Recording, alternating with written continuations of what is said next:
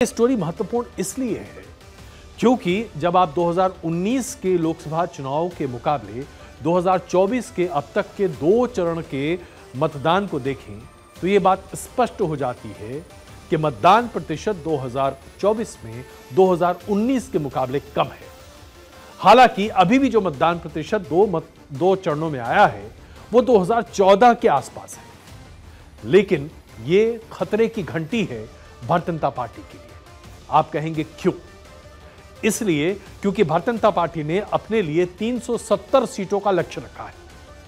मतदान प्रतिशत में आने वाली गिरावट भारतीय जनता पार्टी की इन उम्मीदों पर पानी फेर सकती है, और वो इसलिए क्योंकि 2014 के बाद से जब भी मतदान प्रतिशत बढ़ा है उसका सीधा फायदा भारतीय जनता पार्टी को हुआ है।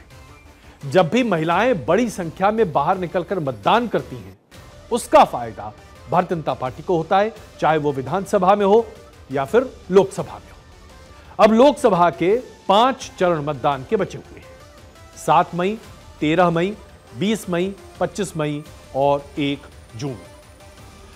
इन चुनावों में, इन मतदान के समय एक बहुत बड़ी दिक्कत सामने आने जा रही है और वो है लू के थपेड़े। जबरदस्त गर्मी पड़ने वाली है।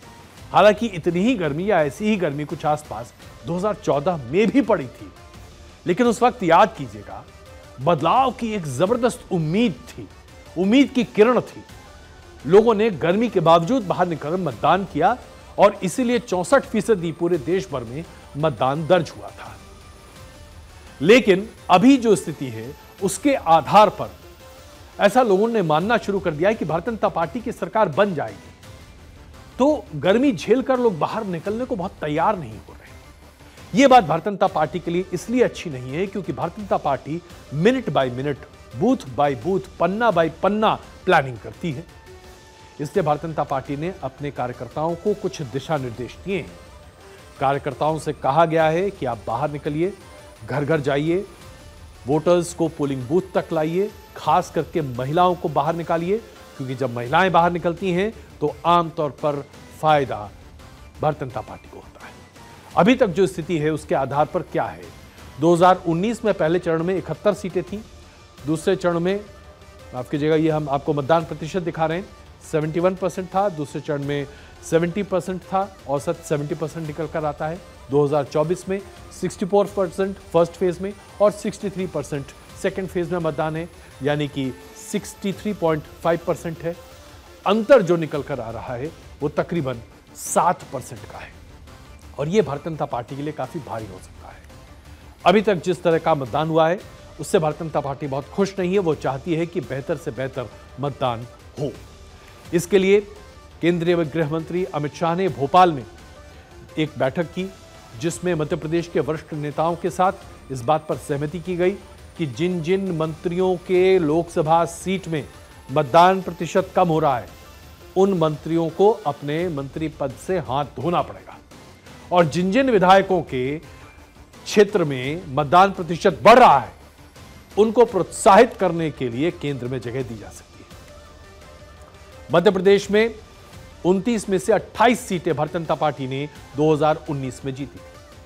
मध्य प्रदेश में कम होता मतदान भारतीय जनता पार्टी के लिए चिंता का सबब है।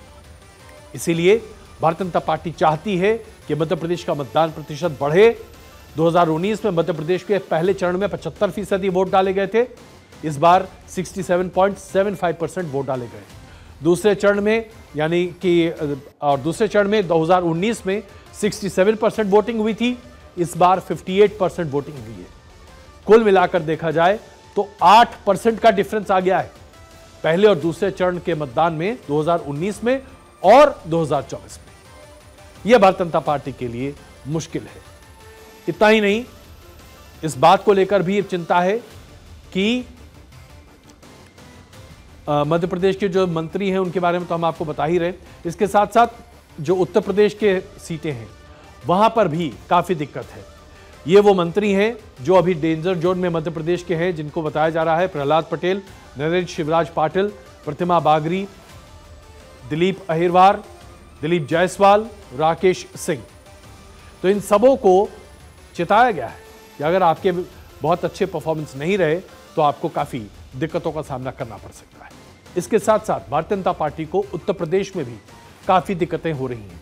16 सीटें पश्चिमी उत्तर प्रदेश की, जहां पर मतदान प्रतिशत तकरीबन 6% कम हुआ है, 6 से 7%। माना जा रहा है कि भारतीय जनता पार्टी की जीत की उम्मीदें यहां पर कम हो सकती हैं।